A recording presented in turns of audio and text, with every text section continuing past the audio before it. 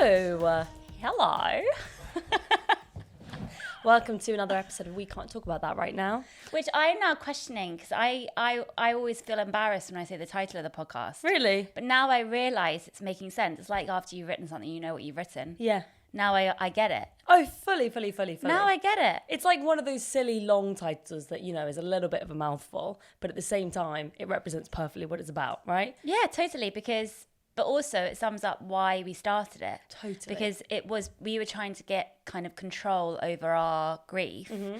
And it was just after we had a situation with somebody that I think we deleted from a podcast on one of the early ones. No, we kept it in. Literally, we have the whole so we have the actual moment that we came up with the title in the first episode. And it was just because we were saying, you know, we can't talk about that right now, leave us alone. Yeah. We'll come to that when we're ready. Exactly. And now I get it. Yeah. But now we can talk about that right now. So maybe we should change the title of the podcast. We can talk about that right now. I mean, but we choose to not. Exactly. Sometimes. So maybe just keep it safe and keep what it we can talk about today is your problems and issues. So I Phoebe's been waiting for this day. No. I mean, I'll admit we got this idea from my favourite podcast, Red Scare. If anybody else listens, you should. And if you don't, grow up.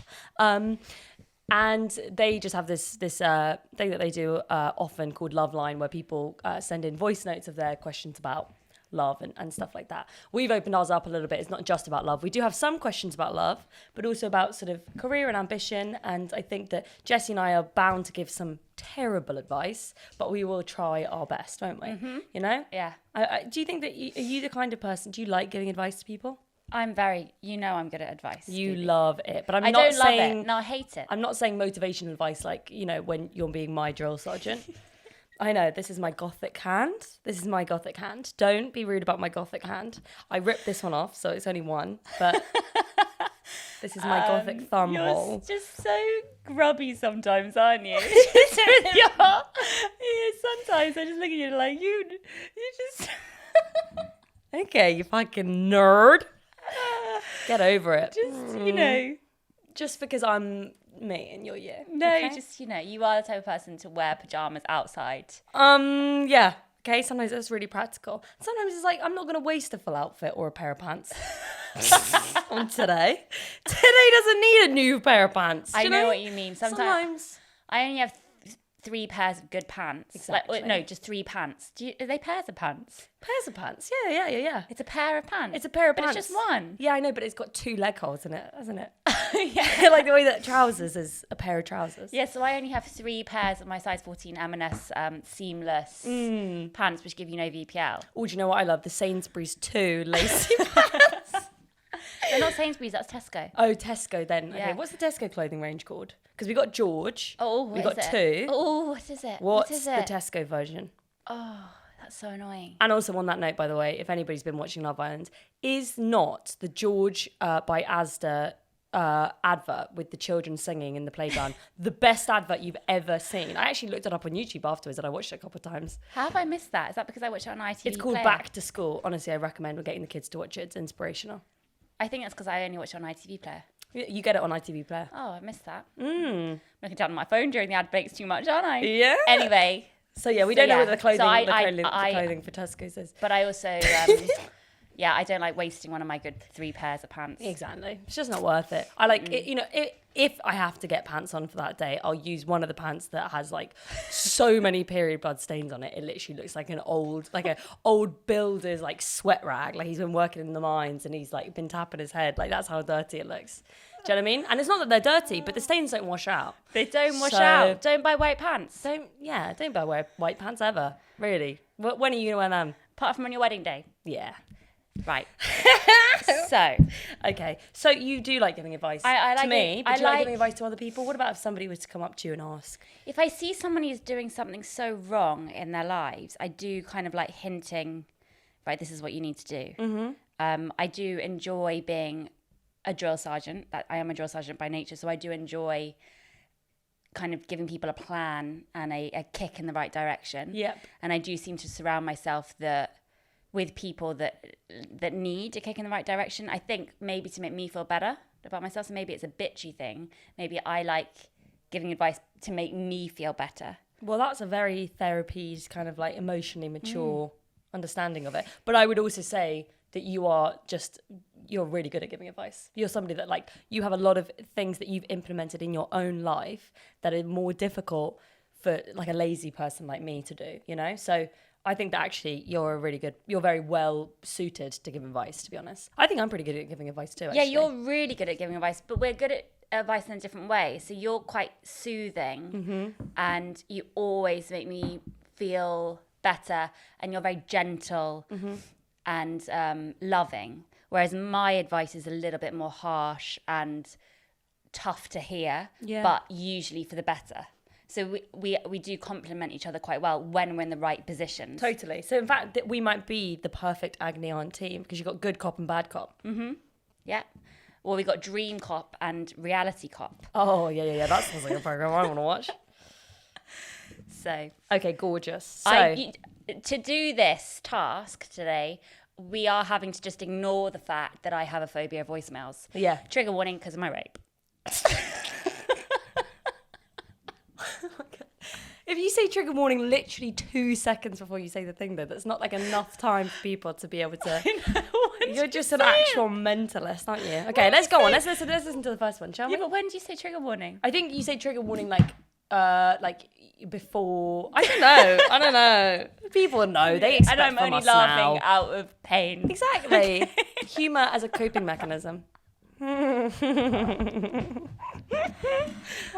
Basically, my rapist left me a voicemail and I still haven't got over it. I don't listen to voicemail. A costume lady once came up to me and said, you need to delete your voicemail message, because I had my voicemail answer machine as, hi, it's Jessie, I don't listen to voicemails. That was all it was. And I thought that was sassy, that was cool, it was quick. And kind of a bit quirky as well. Yeah, kind of funny. and she was really offended. She says that makes me sound like a bitch. Why are costume women all cunts? Why are they all cunts? Why are they all cunts? Is that like a fucking job requirement? Sorry, okay. Anyway, let's start. Let's start. So do I hold this up to the... We should have given a trigger warning for you. Trigger warning. I hope you're okay. Okay, let's start. Hello, long-time listener and Patreon subscriber. I have a question about my love life.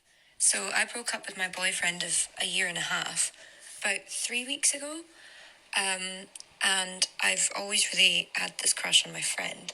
He also just broke up with his girlfriend of about 2 years. And we immediately got off with each other and slept with each other and started sort of just being relationshipy. And then he recently, last week, freaked out and withdrew. And then we met up for coffee and we had this discussion and we both still like each other, but it was moving too fast. And we've been hanging out ever since, but in a friendly way. So being exactly the same, just no touching and no kissing. So I'm confused. I don't know if he wants to be my friend or if he's just taking things slowly and then eventually we will start a relationship. Should I keep doing this to myself of just meeting up with him and being his friend and it kind of hurting? Or should I just... Oh, cut out there. Sorry, Daisy. Oh, that's really sweet. That's a really sweet message. That reminds me of the Friends episode I watched last night where Rachel realises that Paolo has felt up Phoebe. And then everyone's like, Ross, this is your chance. Go, go, go, go, go. And then Rachel's like, I just don't, I'm off men. And then he says, I don't think you should be off men. You should be on me. Yeah?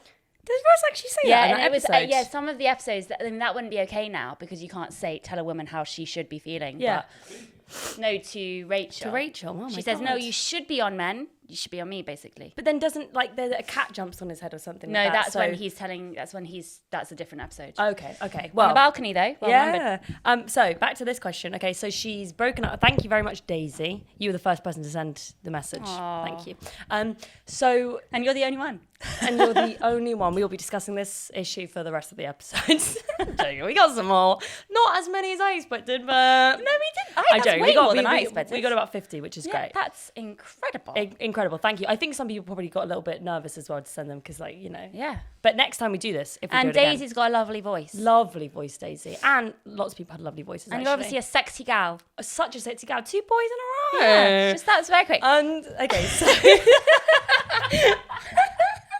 Okay, so Daisy's had a breakup and then she's got involved with a friend of the boy that she was with, and she is wondering why he's pulled away, and if it's something that's going to continue. What are your thoughts immediately on why? No, what are your thoughts, BB? You're the love. Thank you. I'm the love guru. Yeah. Okay, so it seems like a case of bad timing, maybe. So you clearly had like some built-up feelings with this guy, and in the sort of aftermath of the breakup, which I think is always a really kind of weirdly sexy time when you're like emitting some sort of scent. Also, You've a just been desperate time. Yeah, and a desperate time. But like basically, clearly, you were emitting some strong pheromones, and this guy had to have you, and that's really, really hot. And maybe the passion of that moment and kind of the excitement of all of that has made him, with a little bit of time and a little bit of a breather, he's just like, as you said, taken a little bit of a step back. I think it could be one of those situations where if you just play it really, really cool now, that taste will come back and I'll be like, where's Daisy? You know? So I think you've got to play it very cool. I don't think that you'd be desperate in this situation. That's my advice. Yeah, you said the pain of meeting up with him and not touching. Yeah. Take a step back. You've already had sex, it seems. Mm-hmm. You already had sex. You've already realised, okay, you both fancy each other. That you know everything's working. Yeah. That's good. So yeah, play it cool. Take a couple of steps back. The problem is you've both been in long-term relationships. Yeah. Long-term relationships are quite boring. Yeah. They're monotonous. You watch TV, you fuck after TV, and then you go to sleep. Yeah. You're like players in esports, you know, like you know your combo moves, right? But you're not like going to be surprising each other because you're both tournament winners. Okay? And you don't necessarily shower each time. Exactly. You know? So there's not a lot of romance. So I would just say, you know that it's going to work if you fancy each other. Yeah. And you've liked each other for a long time and you work as friends, which is, of course, a good basis for a relationship. Even though I always get quite depressed when people are like, friendships is the best foundation for a relationship. Or like at a wedding when people up. are like, he's my best friend. Yeah, no. Nah. So obviously, yeah, Alfie's my best friend, but shut up. Yeah. Don't be cringe about it. Yeah, don't say it at a wedding. Yeah. Not that I've ever been to. I've been to one running my brother's. And that didn't work And they're out. divorced now. So, not technically, because she would get deported. So basically what I'm saying is keep it fun. Keep it fun. No TV. Keep it fun. I think that you and him probably both feel the same way, but you're just like, you're reacting in slightly different ways. And you both just come out of long-term relationships. Don't rush into anything. Yeah, don't just trade places with your old boyfriend and get a new boyfriend and watch TV or whatever. I'm not saying you watch TV, you probably do fun things, but just keep it fun, keep it funky, Keep it stay fresh. outside. He clearly fancies you. Keep it safe. But men are always going to be the ones to be defensive and like take a step back first. Because they're going to think, oh, she's trying to trap me. So mirror that behavior. Take an even bigger step back. Yeah. Do a triple jump back. Yeah. And also, don't be offended if he wants to go and fuck other people for a bit. Exactly. That's normal. Yeah, act like And that's not a big deal. You should too. Or, even yeah. if you don't want to, that's cool too. Just don't be threatened. If you have a connection, he will come back to you. Totally. That is my belief. So, but it is vital that you play it cool. Oh, yeah. And if you don't play it cool and just take a step back from it, he will think, okay, she's going in with a clause now. Exactly. And I just think that the franticness of one's behavior after a breakup sometimes leads you into places where a couple months down the line, you'll be like, What was I doing? What was I doing? Do you know what I mean? So just play it cool right Yeah. now. Take your time. Take a chill pill. Yeah. Gorgeous, sexy young Scottish And woman. enjoy you. Yeah, some enjoy time. you. You've just been in a long-term relationship, just have some fun. Exactly. Exactly. Good Exactly. luck, Daisy. Hey, thanks, Daisy. Let's listen to the next one. Good advice, Jessie. Play it right in. Hi, Jessie and Baby.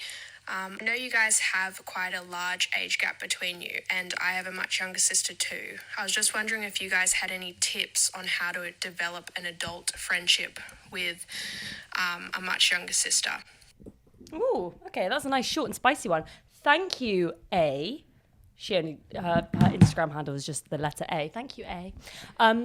How do you develop an adult friendship with a sister? That's a really good question.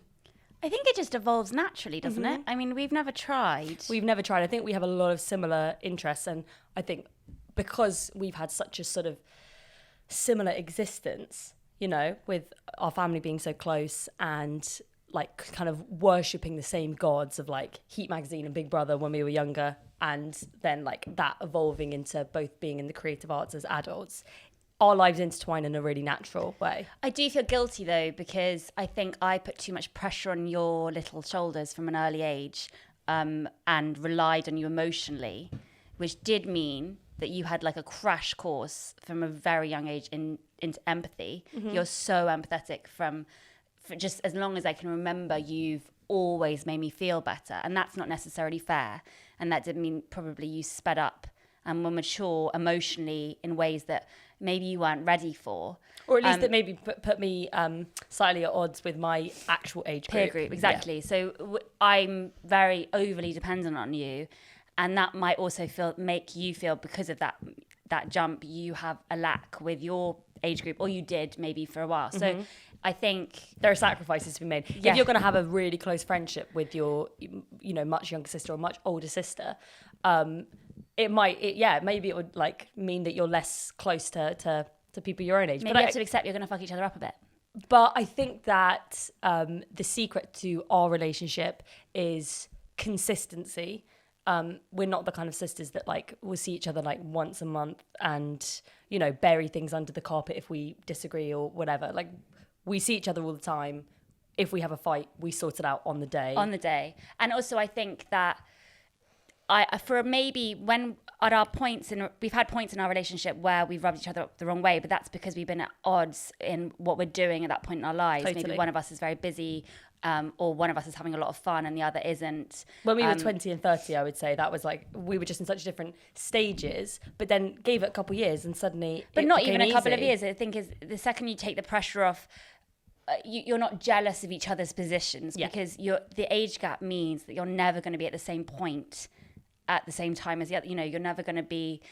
You need two very different sets of requirements from what you want and need in life. So if you take that pressure off and enjoy the time you spend together for what it is, and enjoy the differences. Exactly. Because I think you now really enjoy the domesticity of my life and the fact that I have a routine and am very disciplined and, homely as a response to your way of life, which is very different and spontaneous and freer.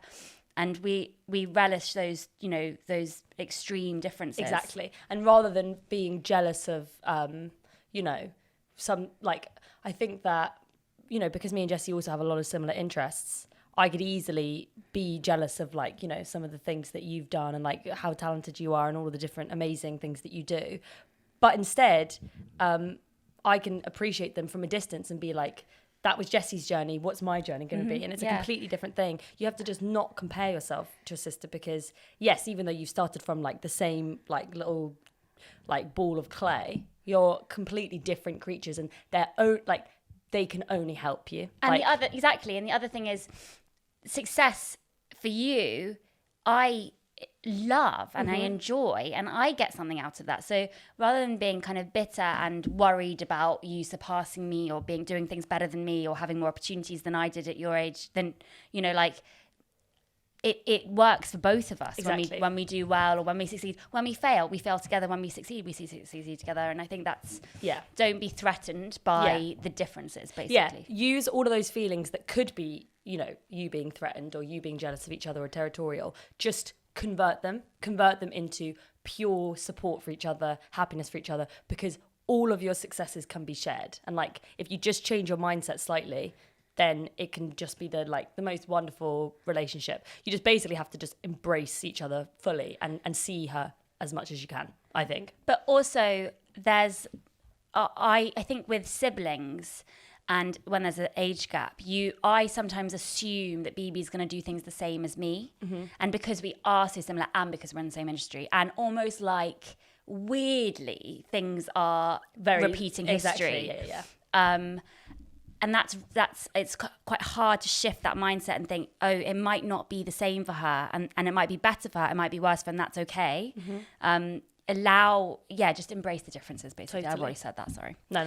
Thank you, A. Thank you, A. Very, very, very good. I'm just going to write these all down. Siblings, age gap. You don't have to, sorry. Hi, Agony Aunts. So my question is, a couple of years ago, my ex-boyfriend got me a voucher for this fancy restaurant for my birthday, and I never ended up using it with him because I broke up with him because he was a dick. And then a while later, I got with my current lovely boyfriend, and for my next birthday, I ended up using the voucher with him, and we had a lovely dinner with lamb and wine and everything, and I never told him that ex-boyfriend had paid for it. So I'm wondering if I should keep it as my little secret or whether I should actually tell him or not. Thank you. Love that. So it Thanks, was Caitlin. a voucher for a meal. Voucher for a meal. Aw. Why are you going to tell? Absolutely not. I definitely. Keep it as a little secret. No, tell him. He'll love that. He'll be like, yeah, this is mine now. This is my lamb. That is actually quite hot. That is actually quite hot. He'll fucking love that. It's almost like wearing lingerie to sleep with a new guy that was bought for you by like another guy that wanted you. Do you know what I mean? Not that that's ever happened to me. I don't know why I said that. Like that's something that has happened to me. That's not happened to me. What fancy restaurants can you have like a voucher for? Yeah, I know, right? Maybe Lamb and wine though. Maybe one on the Shard or something. Like a bus ticket, you have like... I actually think, yeah, you're right. I think that could be quite like a bonding, intimate sort of secret that you share. And also, it's a good way to gauge him. I just would love to know what you were thinking when you were having this meal, with every bite thinking, shall I tell him? Shall I tell him? I think it's an interesting way to gauge how he would respond. If he responds like, and he's territorial and he's like defensive and he feels inferior because some other man who's not even in the equation anymore is bought you this. If he gets angry, that's a really, really good indicator of the fact that he's petty. But male pride is such a, a Rubik's Cube. And is that a phrase? A Rubik's Cube. Pride is such a puzzle. And I didn't think about the fact that the other man, the ex, has paid for this meal. And I don't know the financial status of your current boyfriend, but maybe he doesn't have enough money to pay for this kind of meal. And maybe that would make him feel a bit weird having his meal bought for him by an ex of yours if he really loves you. So just if he's financially stable, then tell him. Yeah, because be I think he'll playful. be like kind of thrilled by that. Like, yeah. It's quite naughty, yeah, that'd be a bit of fun. But you're right, gauge, because you don't want to be insensitive. If it seems like actually that would make him feel bad about himself, then don't tell him. But also, you got to think, does this guy have an idea about how you got this voucher? Did he ask any questions about the voucher? If he doesn't have any questions about it, that's a worry too. Exactly, yeah. Where did this voucher He's appear taking from? a free meal a little too easy. That's not very gentlemanly, is it? Exactly. And on your birthday? Yeah. What? So he's not even going to get you a little meal for your birthday? Be a bit inquisitive. Come on. Yeah. There are questions to be answered with that one. You should really, use this as a big deal. This is a big deal. Ask him, where do you think I got this voucher from? If he's financially stable, then tell him. Yeah. If he's not, and maybe that's why he didn't ask questions because he's insecure, then just leave it. It's your thing. You had a nice meal. Gorgeous. Okay, this is a question from Delicious Monster Tea. Hello, BB. Hello, Jessie. So I'm 31, and next month I'm going back to college to do an art foundation course. And I don't know whether I should embrace the fact that I am going to be older than everyone else and take like the mum role and just not worry too much about fitting in, or should I try and get down with the kids? Should I try and be cool and try and get involved and try and make friends? Or would that be really embarrassing? And would people know and be embarrassed for me? I'd really like to make friends, but I don't want to embarrass myself. Okay, thank you. Love you, bye. So sweet. That's so sweet. I mean, art obviously, foundation. yeah. So I did an art foundation straight after school. I dropped out, went back in, finished it. Then I dropped out of Manchester, blah, blah, blah, got Harry Potter, didn't get any work, blah, blah, blah. Then I went back to art school when I was 22 and started doing my illustration animation degree. 22 isn't old, but everybody on the course had just finished their art foundation and gone straight into their degree. So I was with 18, 19-year-olds, well, 19, 20-year-olds. And even though it was only 2 years, it was quite a big deal, but it was because of my insecurity. Yeah. I thought, they're all going to know that I'm older than them and, it's going to be really embarrassing. Obviously, you're a little bit older than I was then, but it's all down to you and your security. If you like people, if you make a connection with people, if they seem nice, then be friends with them, have drinks with them, go out with them. The one thing I will say about doing an art foundation is that it's not necessarily what you think it's going to be. What do you mean by that? It's really hard work. It's so packed because you're learning all these different disciplines. And it's really intense. And people are very focused because most people now also are, they know what they want to do. They're quite driven. It's a place to sort your career out and to decide what you want to do as an artist. So it's not that fun. Yeah. I found it quite like intense, and that's why I burnt out when I dropped out. I went straight back, but I really found it tough. So socialization wasn't a big deal really for me, because it was like, this is taking up all my time. So you enjoy that element of it. You're older, you're gonna have a better brain suited to handle this amount of work. So enjoy the work, enjoy the artistry of it. Don't panic about the social element, and that should come naturally. Yeah, and that will just be a bonus. And as Jessie said, it's completely in your mindset. If you don't have to try and pretend. You don't have to be like incognito, like Steve Buscemi being like, oh, what's up, fellow kids? You are who you are. You're there for a reason. You should be really proud of yourself for making a bold decision to go and do that. And that's really cool and exciting. And if I was there, I would think that was so cool. And like Jessie said, you're not going to have all the time in the world to socialize anyway, so take whatever comes as a bonus and just be yourself. Yeah. And also the cockiness of 18, 19-year-olds and thinking that they're going to go places and they're going to be the next Tracy Enem and they're going to do all of this stuff. Enjoy their stupidity, because they probably won't get there, and you've had a huge amount of experience that they haven't had. And enjoy that difference. So if you are going to take on the mum role, that probably will happen naturally anyway. And enjoy just being a bit more self-assured than you surely would have been at 18 and 19. Yeah, you've got nothing to be like intimidated by when it comes to those people, because... Yeah, and if you're going for the social reasons, I don't think that, I'm sure you're not, but it's not going to be like that. It's a lot of work, and you're there for a reason. So just enjoy that. Thank you for your question. Thank you. Okie dokie. Do. Okay. Hi, BB and Jessie. My name's Poppy, and my question is, so I've got a younger sister who is about a similar age difference to you guys, kind of 10 years, well 8, but that's 10.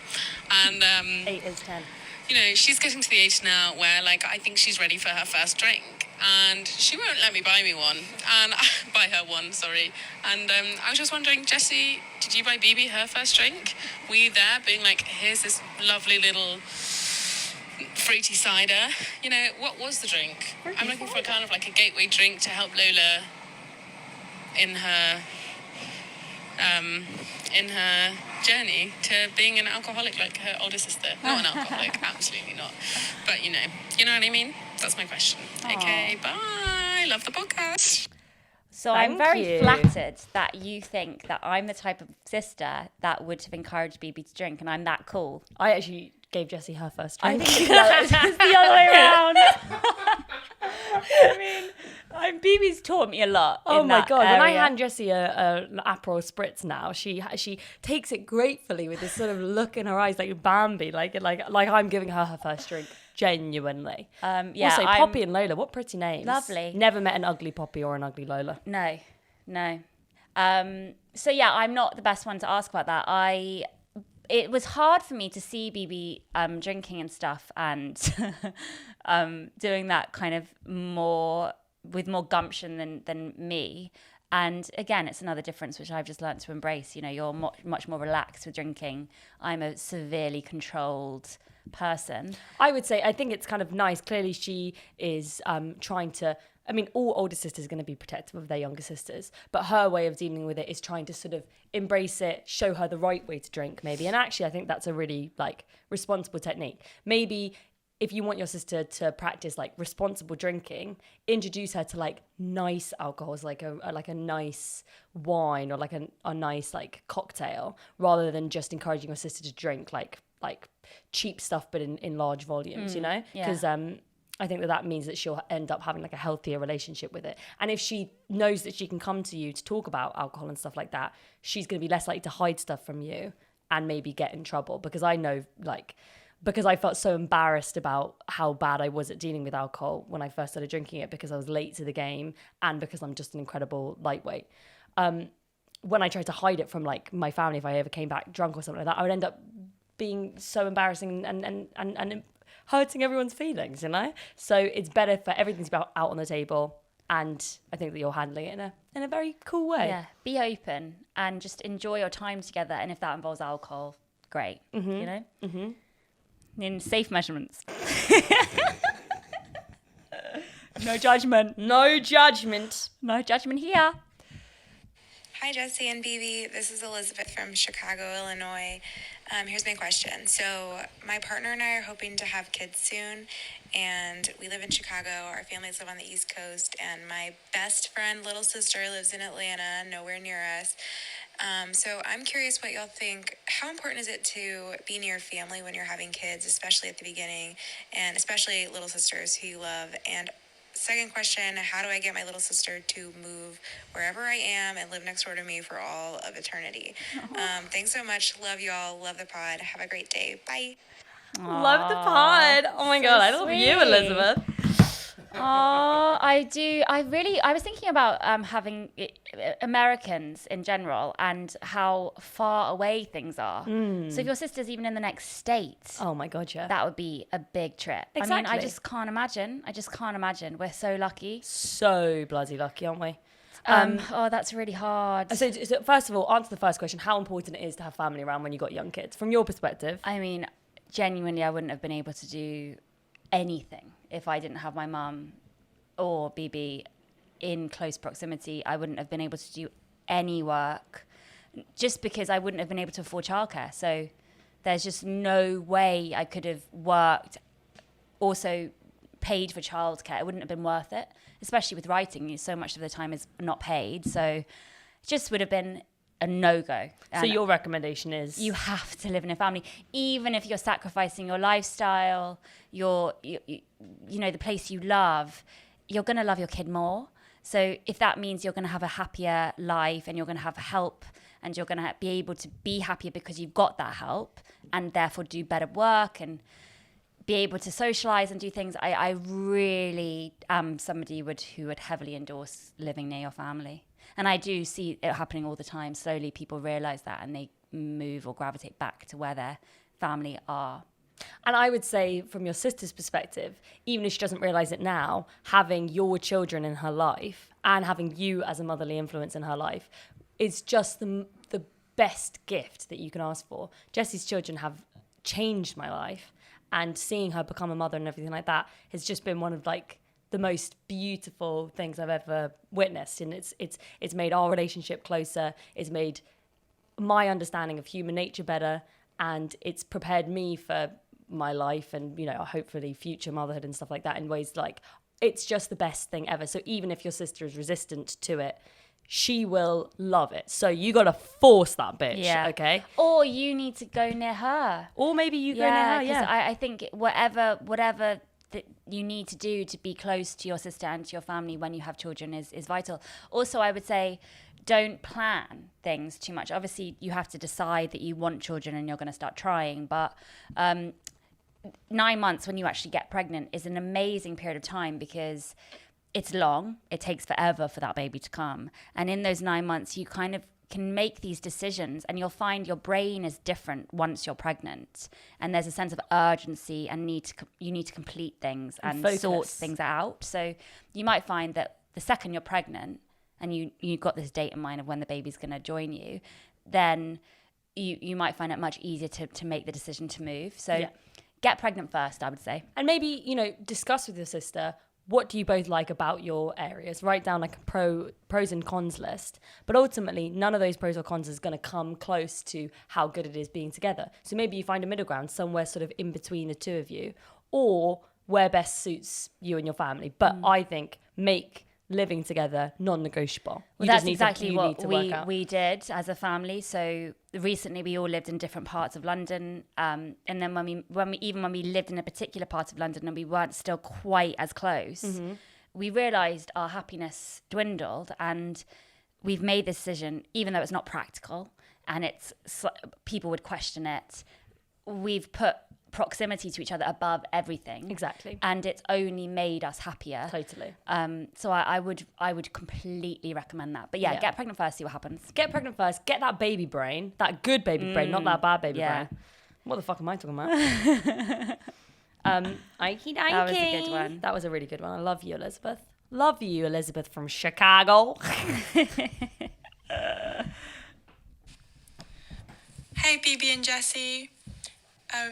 In Sunset, Ruth describes herself as not being the kind of girl who gets boyfriends, and Hannah's very much the girl who always has a boyfriend and kind of goes from relationship to relationship quite easily.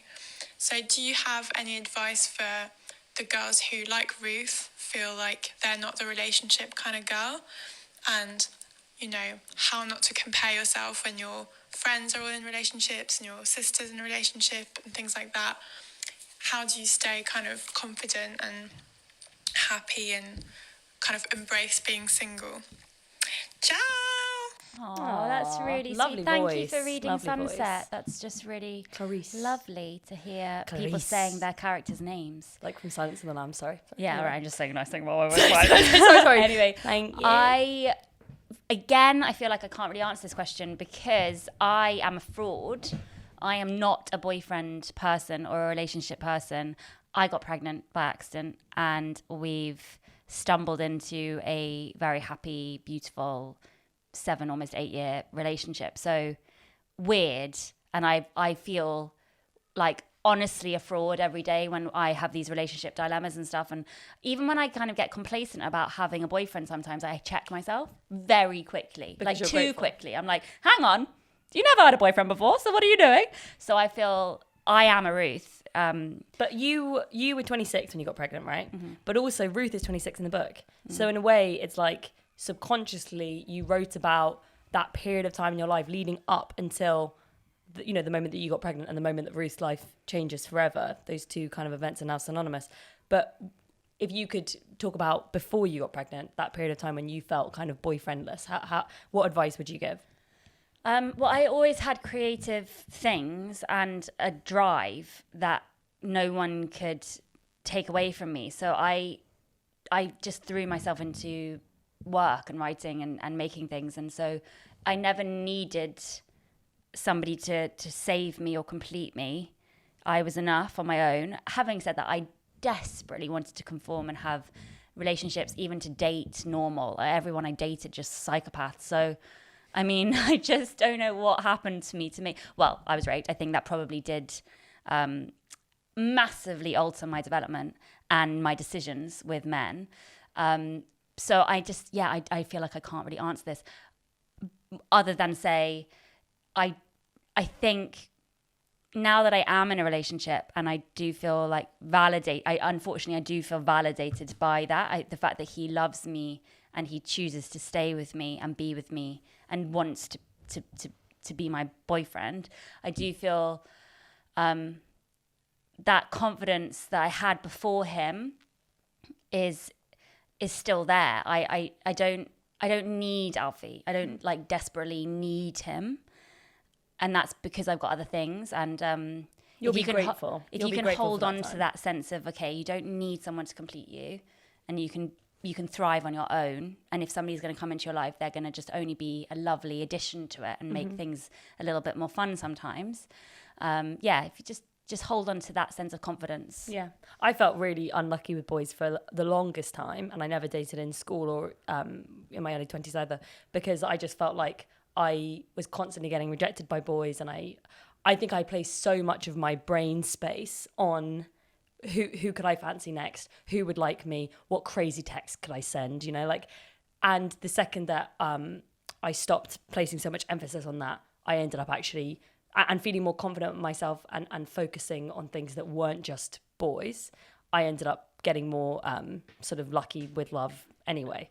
But if I could go back and tell my sort of boyfriendless self anything, it would just be that you will be so grateful for the brain space that you save when you're not worrying about like stupid, relationship stuff, because not only are you so much more attractive when you're not worrying about that kind of thing, but you get so much done, you have independence, and you're not kind of tethered to this idea that you're only worthy if somebody else is validating you. It's a really powerful position to be in. And ultimately, if you do end up in a relationship one day and then have kids, you're never going to have time to yourself. So appreciate the independence that you have at this moment in your life. You can be anything and you can do whatever you want.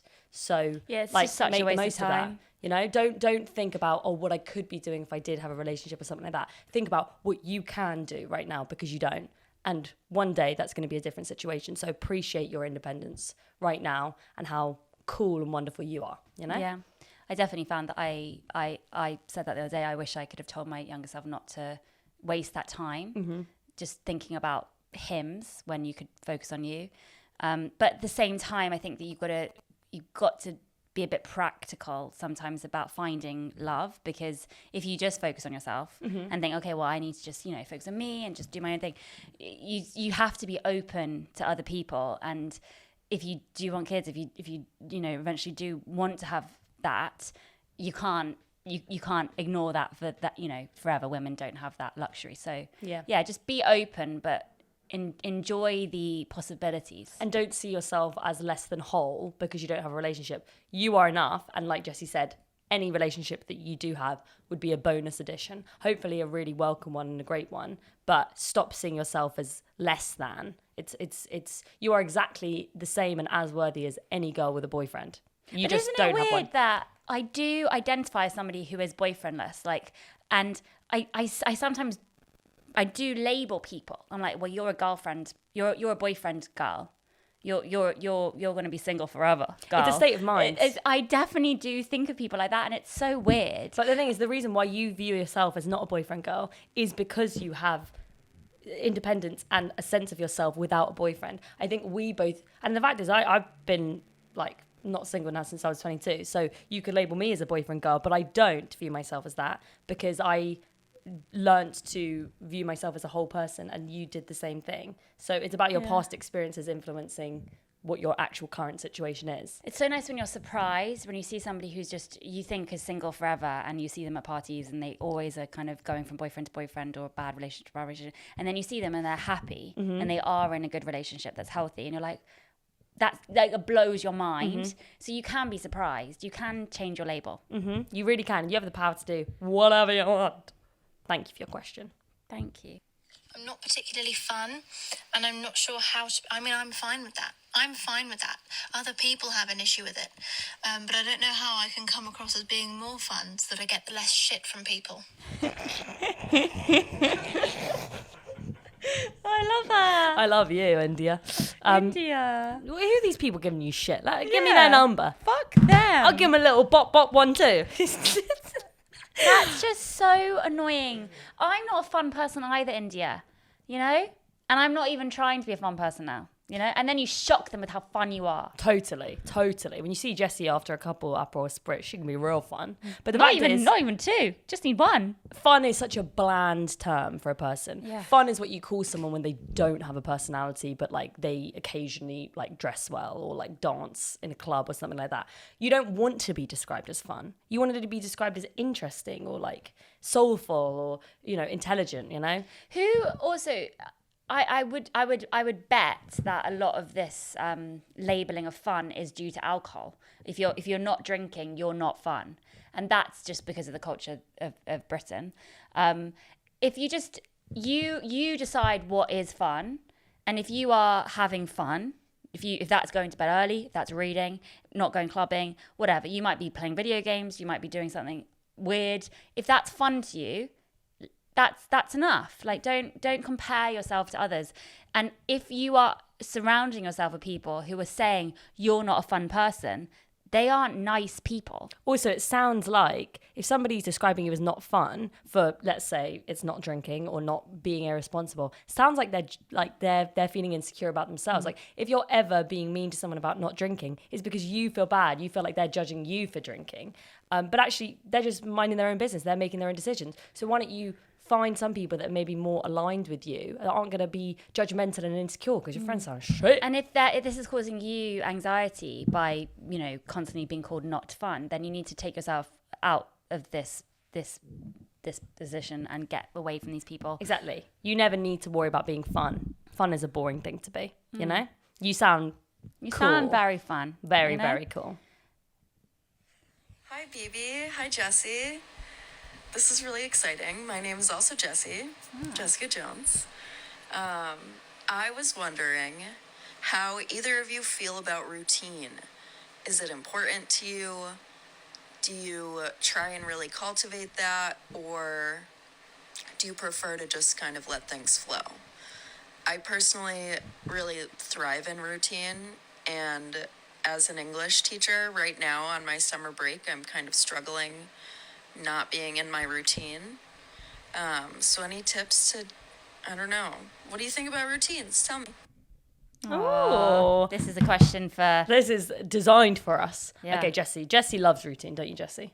I love routine, but again, I feel I don't have the luxury of routine right now just because of 3 children. And some holidays. And some holidays, and 2 years of on and off schooling because of the pandemic. So yeah, I find a routine, I think they are the best thing for creative people, even though that's, people wouldn't believe that.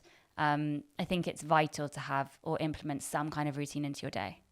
I think that, again, I feel like I benefit from a routine when I have one, but don't let your routine be influenced by what you think a routine should be or what other people's routines are. I think as a creative, like freelance person who has to kind of like work at my own schedule and what works for me, if I try and like stick to the routine that my friend who has a completely different job, like a 9 to 5 in an office or something like that, if I try and stick to that routine, it can make me miserable because it doesn't actually suit my lifestyle. So work out what actually makes you feel good about your life and stuff like that. Stick to that, but don't mold it off of somebody else's. And I think that's the kind of right routine for me. It's a flexible one that's based on what you actually do, what realistic hours you like to work.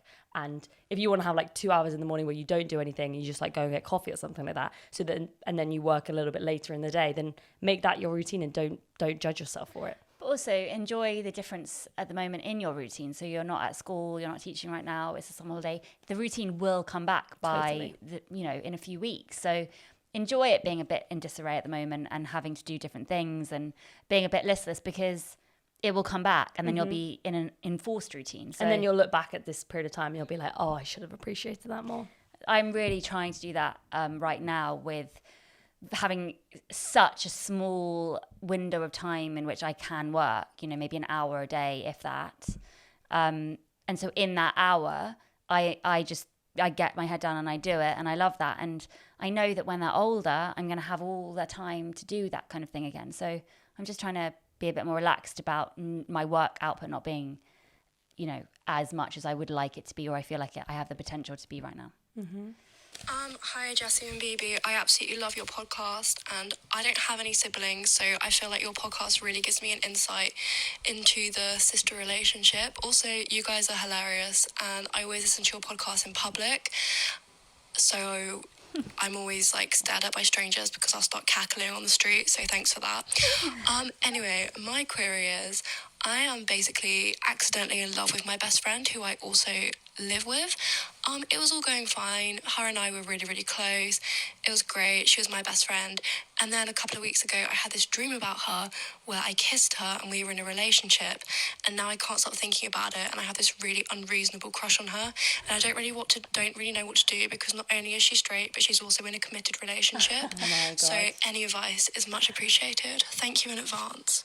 Oh, I love that phrase, unreasonable crush. That's so sweet. I mean, it sounds like, if she's got a relationship and she's never given you an indication that like she is into you, or maybe like into girls at all, I think that what you need to do, rather than like coming out and saying I have a big crush on you, because that could like obviously make your friendship awkward or whatever, just have a conversation and gauge what. Oh, you okay? Sorry, I just hurt myself. Have a conversation with her and like gauge where she's at in terms of her relationship. Because if she's really happy in the relationship, she might resent you for like putting something in the way of that. But if she likes you too, she'll certainly give you a bit of an indication that she, like, maybe she'll say, oh, well, I like my boyfriend, but like I kind of wish I could experiment with girls. You never know. You never know. Yeah, see what happens. If you do have a strong friendship that is kind of flirtatious and stuff, then maybe she feels the same too. Maybe she's scared. So maybe just see how it goes for a bit, don't say anything to her initially. Dreams can fuck you up. They really can. Because they aren't real, but they make you feel so strongly about something. In the morning, you kind of just feel like this need to go and tell somebody exactly what you dreamt about them. And that might pass naturally. Because also you need to remember that the her in your dream is a character you've created. So all of the experiences you've had with her in your dream and in your imagination, they feel really real to you, and they've made you feel closer to the real her, but she doesn't know anything about that. So you need to remember that when you speak to her, it's not the girl in your dream. She might be a really bad kisser. Oh, yeah, she might have be a terrible kissed you kisser. great in the dream, but she might be awful in real life, you know? And who knows, it might be one of those things where it's so built up in your head and it's made you realize how you maybe want to have a girlfriend or you want to go out with girls. But then if you actually were to do those things with your friend, it might completely ruin your friendship. So you just need to tread very carefully, delicately, and have fun with it. Sexy girl, love it. Thank you for saying that you laugh on the street to our podcast. That's It's very sweet. nice. We love you. Yeah. Any compliments, just send them in, you know? Ding We've dong. got low self-esteem, if you haven't noticed already. Very low self-esteem. Very, very, very low self-esteem. Okay, here we go. Here's one from a boy. Hi, BB and Jess. My name's Josh. I recently lost my dad and kind of been struggling with, I don't know, just feeling a bit all over the place. And one of the things that I'm looking to do is maybe switch careers and do a complete 180.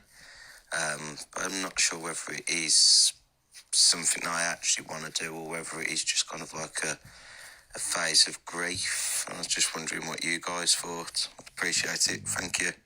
Aww, I'm sorry about your dad. So sorry.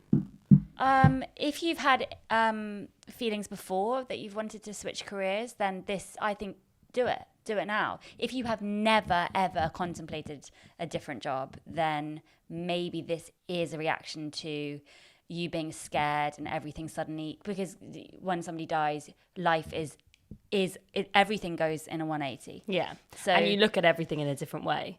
So maybe like something that you never would have considered before suddenly becomes like an option. But that can also be good. It can be good. Maybe doing something completely different just changes your routine. It makes you think differently. You're scared in a different way. It can be really good. I definitely found, both of us, I think, doing completely different things out of our comfort zone is a moment of relief because it's something new. It's something that isn't affected by loss, and it's your new pathway. It creates new brain synapses in your head that aren't just related to the death. And I think it can be a really cathartic and healthy experience to use this terribly scary thing that's happened, and rather than using it as a way to kind of stop your life and stop your progress, to make it open a new door. And your dad would be so proud of you because you're trying something completely different. And if you don't particularly enjoy the career you're in at the moment, then what have you got to lose? Exactly. If this is going to teach you anything, it's that life is short and that you might as well do something different, because you could end up meeting someone or friends that take your life in a completely different direction. So, and other people will put you off. Other people will say, no, you're doing this as a because response. you're damaged and all this kind of stuff. And that's not helpful, because in the last 3 years, say, we have done so many different things. We've changed where we live numerous times. We've done things that have completely pushed us in different directions. And people could argue, or you're just, you're running away from it and you're not sitting with it or whatever. Fuck them. Why do you have to sit with it anyway? Like, it doesn't leave you. Even if you're standing with it, it's still there. So you might as well go in a completely different direction and like let it make you stronger. Because especially, I think starting a new career, doing anything different is scary enough. But now you've been through something horrifying and scary. What's going to fucking scare you about a career change? I mean, sorry, like it's not going to be anything compared to what you're going through. And instead it will give you something to focus on, something to be motivated by, and it will be a new environment for you to be in. So I would say go for it. Go for a different career. Death. Our brother did that. And I genuinely think it's helped him with his grief so much. Like, I'm so proud of him and in awe of him, because he used all of that pain and put it into something in the way that you did with the book as well. Death is irreversible. Changing your job is reversible. reversible. Yeah. So embrace that. if you suddenly change job and then you regret it and you want to go back to the safe thing you were doing before, if it was safe, you can do that. For instance, we moved because we wanted to get away, and now we've moved back, and you can. I thought I wouldn't be able to move back because it'd be too associated with feelings of when it happened and things, but it's not. You're in a stronger place with time, and you can go back to decisions that you made. So yeah, go for it, I would say. Go for it. Sorry if we're going to ruin your career now. And your life. We're saying go for it, okay? But it's ruined already, isn't it? As are all of ours. So, yeah, we're ruined already. So just, remember, nothing is going to be as bad as death. Yeah, so you are stronger now. Don't be fucking scared. Be brave. Be a brave boy. We love you, Josh. Gorgeous. Thank you for sending that in. Lovely. Oh, hello. Hi, Baby and Jessie. My name is Rain, and I'm from Sydney. I was wondering, how are you able to make your own stuff and kind of ward off all the things that are telling you that you can't or you shouldn't? I really want to make my own stuff, but I find it to be really debilitating to even kind of begin. So do you have any tips on getting and staying motivated to pursue theatre, comedy, acting? And it might be quite basic, but would love anything you have to say about it. Cheers. Aww. Rain, what a lovely name. Well, my immediate response to that question is desperation. I think desperation is brilliant for creativity. Not only financially, because when you're desperate financially, you need to suddenly think about how am I going to make money? What am I going to do? Anything to give you a sense of urgency about creating things is good. I think people, the worst things are born out of safety.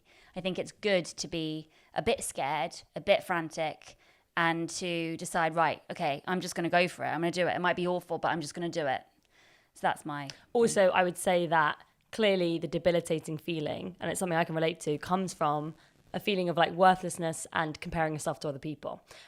So what you need to do is find creators and smaller artists that you can relate to on a more personal level that do something similar to you, or that make the kind of things that you want to make. Watch their things and force yourself not to be jealous, not to feel that envy, well, they've done it, so I can't do it. Instead, choose to be inspired and choose to want to make something of your own. And if you can't get past those feelings of jealousy and envy and stuff like that, maybe you don't actually want to make something like that. But if you really do, if you have the impulse, having watched them and you think, yeah, I could do that too, use that and then take it with you. Because envy and jealousy and comparing yourself to other people, it will never be a helpful feeling. And every creative person deals with it, but you have to battle through that and instead choose to be inspired, I would say.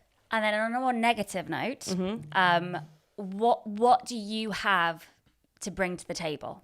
Why should you be creating stuff? What do you have to say that is different to other people and is not just going to be a same thing, another conveyor belt thing? You have to find a place for what you are going to create, and there has to be a reason for it. And if there isn't, then maybe just back away. I'm sure there is. I'm sure you're talented. I'm sure there's a reason for you to create your own work. But sometimes I think that you have to really analyze why you should be doing it.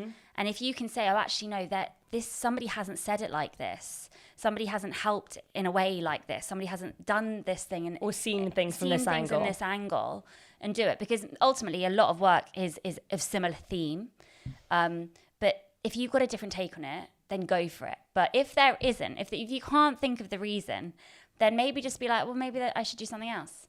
If you're only wanting to get into the arts and theatre and stuff like that, and not saying that this is you at all, but I have seen this with people I know, because other people are doing it or because you want the benefits of being a creative person, then think about, well, what are some different career paths that could still take place in the creative world without necessarily me having the pressure of being the creative person? There are so many different jobs in the creative world.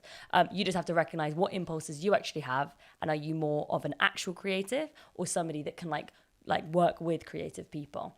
And once you find your angle, once you find your desires, then just go with it and don't spend time envying other people. It's easier said than done, but recognize the impulse, don't acknowledge it and justify it, Yeah, what do you want to create?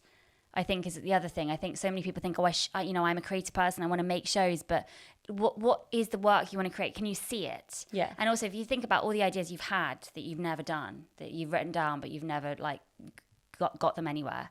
If you look back at them and think, okay, do these stand up, or is there a reason why they didn't get made, or is there a reason I didn't go through with them?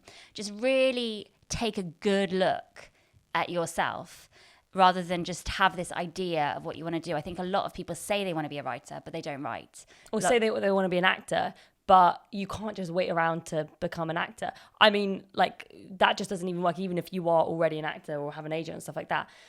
You basically have to take the initiative and make things happen for yourself rather than waiting for something to happen, definitely. Yeah, and have some self-awareness about it. Be reflective about your talent, about your ability, and don't be afraid to really look at yourself. Yeah, and give yourself some tough love. Also some nice love. Yeah. Nice little pat on the shoulder as well.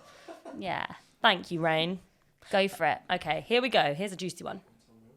We're on over now, so this is the last one. This is going to be the last one, but I think that we should answer this one. Last one. Yeah. This is our last question. Thank you. Thank you so much for listening, everybody. I've really enjoyed it. Me too. Yeah, if you think we should do some more, then comment underneath and then we will. And also we're going to be saving some for the Patreon as well. And it's so lovely to hear people's lovely different voices and American accents and Australian accents. Yeah. Men's voices. Men listen to the podcast. I mean, man. Did we have 2 questions from men? No. We got one question from lovely Josh. We got another question from a boy, which we'll be answering on the Patreon. And then we also got a couple of questions from a strange fellow. But anyway, apart from that might be played on the Patreon. All right. Okay. Hi, BB and Jessie. You're probably going to think this one is a bit scandalous, but I wondered, do you think it's better to marry for looks and love, like, you know, getting butterflies in your stomach and everything, or for stability, reliability and safety, but the looks not necessarily what you are really, really attracted to? I've been married for 5 months and, love my husband very much, but sometimes I wonder, should I have chosen someone that I was a little bit more physically attracted to? What are your thoughts? Love you guys. Bye. Well, thank you for your honesty. Thank you for the brutal honesty. Wow. I wonder if you listen to the podcast with your husband. She said she doesn't. She doesn't. Yeah. Oh, that's such a great question. It is, like, you know, it's very, very honest. You've reflected well, and at least you're asking yourself the question. Yeah. Do you know what I mean? 5 months and down I the line. think there's an answer in her question. I think she knows the answer, which is that, you should marry for stability and safety, and you've chosen a partner for your life. Sex is something that does disintegrate as you get older. Unfortunately, that's the truth. Who do you want to be old with? Who do you want to grow with? Like some like old crusty guy that like used to be a real stallion, but now, like, you know, he watches TV all day, or somebody that you feel supported by, who ultimately cares about you as a person and not just as a sexual object, you know? Yeah. So, you don't want to be using lube when you're 60. Nah. I mean, no, you probably do want to be using lube you when probably you're 60. need to be honest. But what I mean is you don't want a relationship based on lube. Nah, nobody wants a relationship. I don't know what I'm saying here, but what I mean is I associate lube with like dirty sex. Yeah. Which is not, this is wrong. This is a weird thing to admit, but I always think, I don't know what I'm talking about. Sometimes I always think of lube as like I don't need it. Like, I just want it. Yeah. No. Oh, I don't right. want it either. Like, I always kind of feel like, with lube, it's like, well, you know, you shouldn't need to have it, because obviously if you're having a good time. Then, but sometimes lube is great because it just gets to the point quicker. You get it done. There's one girl I know told me that she always masturbates with lube. How fucking weird is that? Well, it's not weird, but it's just kind of like, well, that's an extra level to it. You've organised that. I feel like with masturbation, like with me, you know, I always have to feel like, oh, well, like a spontaneous thing. If I know that I've planned it, then I start to feel a little bit seedy. And having your lube right there, like, let's get down to business. That just feels a little bit too much for me. Oh, God. Sorry, there was a question that we were asked, so we do need to answer that.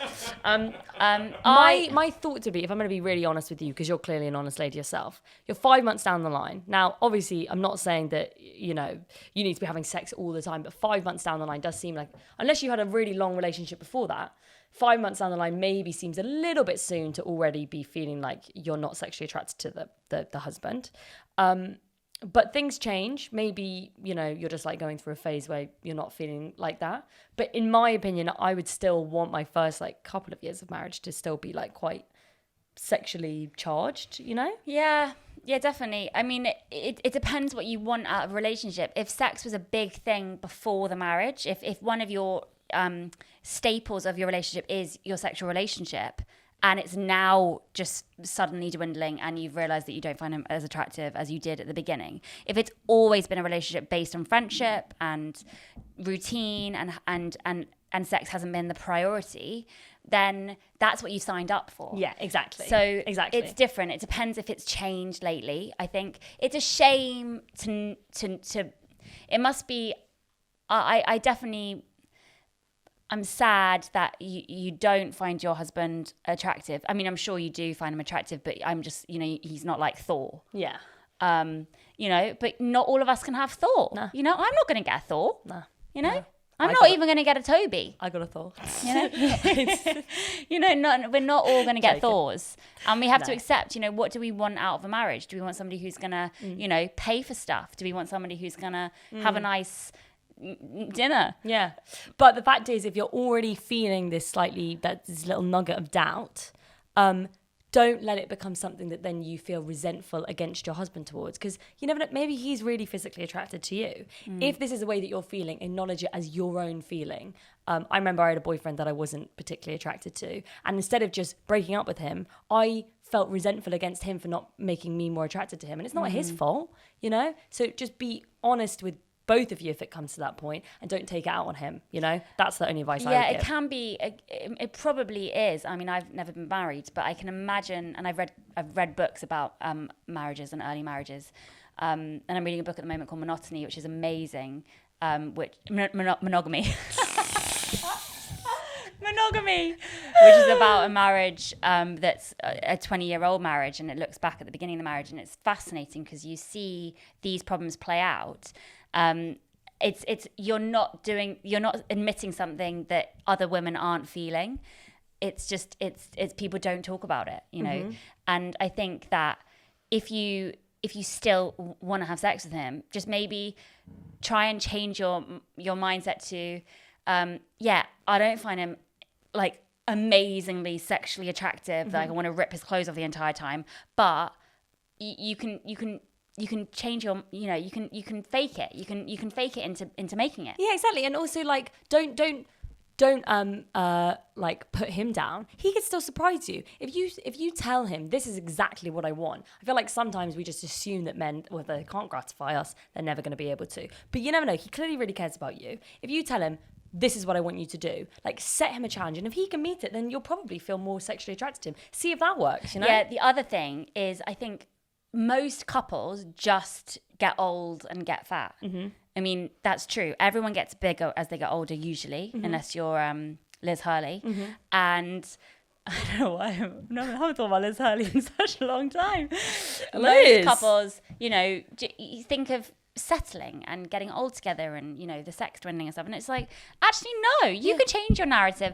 If you think, I'm not saying, you know, I don't know what your husband looked like, but say, you know, if you notice that your boyfriend or your husband has gained weight and just is drinking more and doesn't really give a shit anymore about how attractive he is to you, then you need to say, hang on a second, I didn't marry this. I married something else. Like, you know, work for it. And at the same time, it's the same thing. Don't assume that he finds you like a sexual goddess. You know, he might, you know, you might have changed. You might be a bit lazy. You might, not you, obviously you sound very great. Sexy and fit.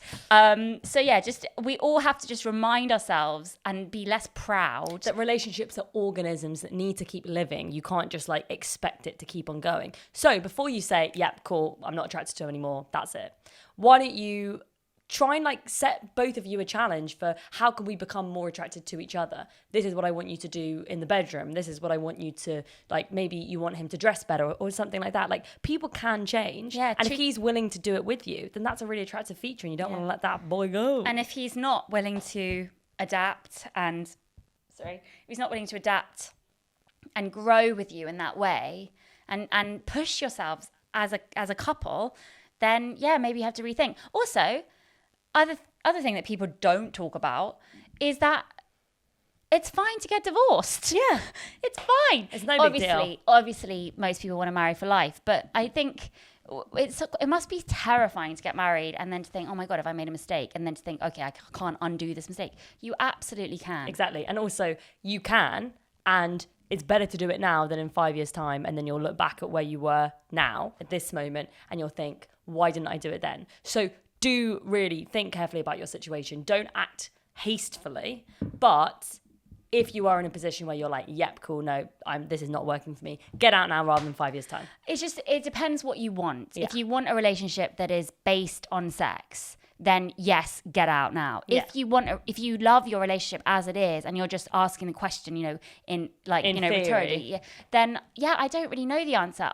Sex is so important to me that it is like a staple of my relationship. And if the second it goes, the relationship seems to fail.